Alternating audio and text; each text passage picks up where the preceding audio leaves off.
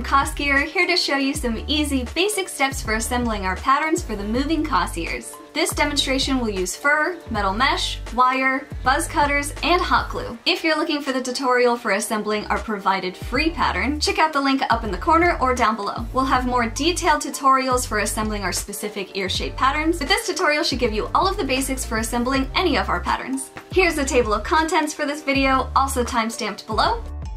Let's get started.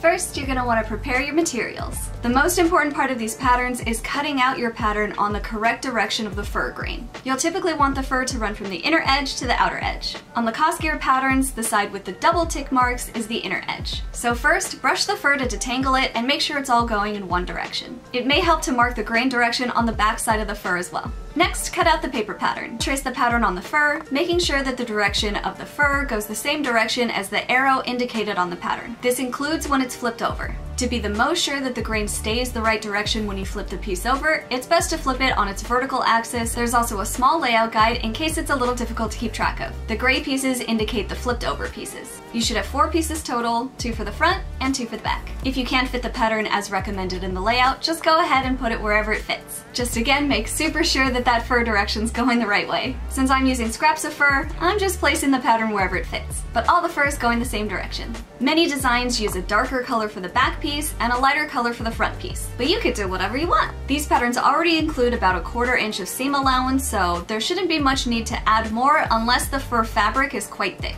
Next, you'll cut out the traced pattern. The easiest way to cut it is with a razor or a box cutter on the back side of the fur. This way you don't cut through any of the fur fibers, you just cut through the fabric itself. This isn't a huge concern since you're probably going to shave the fur down anyway, but just in case, this also makes way less of a mess. You can do all of the shaving and trimming after you assemble your ears, but it's much easier if you do at least a little bit of it before you assemble the ears together. This is because the wire or mesh or foam or whatever you're using to create some sturdiness in your ear might leave the surface uneven and a little bit difficult to shave. Doing this step now also forces you to check to make sure that your fur direction is correct.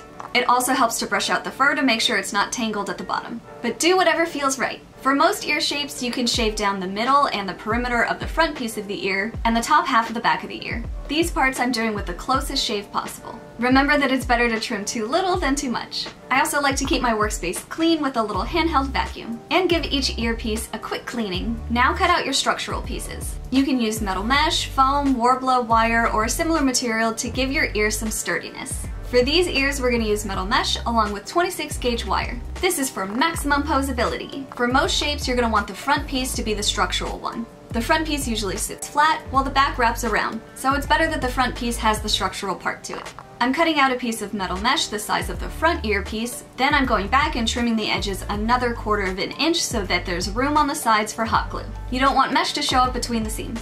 Next, I'm going to add a wire wrap. Jewelry wire is a good option. We often use 26 to 28 gauge jewelry wire that's aluminum. Again, make sure that this wire wrap matches the front piece. And you still want to have a little bit of room for the edges to hot glue together. It's also best to loop the wire onto itself at the end so that it doesn't accidentally poke through the sides. Sometimes I add a piece of felt or fur to the bottom edge just to make sure that it stays in place. For this pair, I'm using faux micro suede. Finally, we get to do the cool part, gluing the front to the back. I'm using hot glue, but you can use any sort of adhesive to glue the two sides together. And of course, leave the bottom open to fit over the COS ears. Because hot glue cools so quickly, I'm going in small sections because I don't really work that fast. Make sure you glue on the inside of the wire framing also, just to make sure that wire stays in place. If you're using a different adhesive, you might want to use books or clamps to hold the two sides together while the glue cures. Now make sure that your ears still fit over the COS ear units.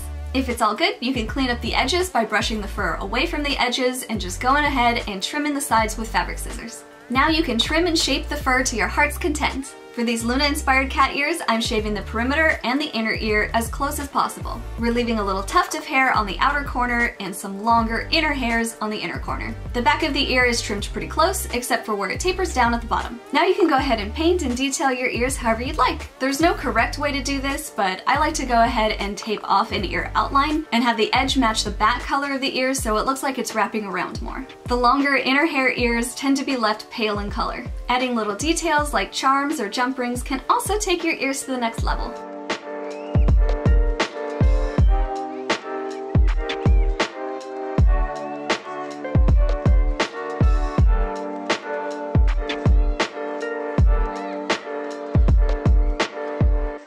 Thank you so much for watching. We hope you have an amazing time with your Cos ears. You can find more animal ear patterns at cosgear.co, linked down below. If you have some ear making tips of your own, let us know down in the comments. And don't forget to tag us at CosGearOfficial so we can see and share your work too. We can't wait to see what you bring to life.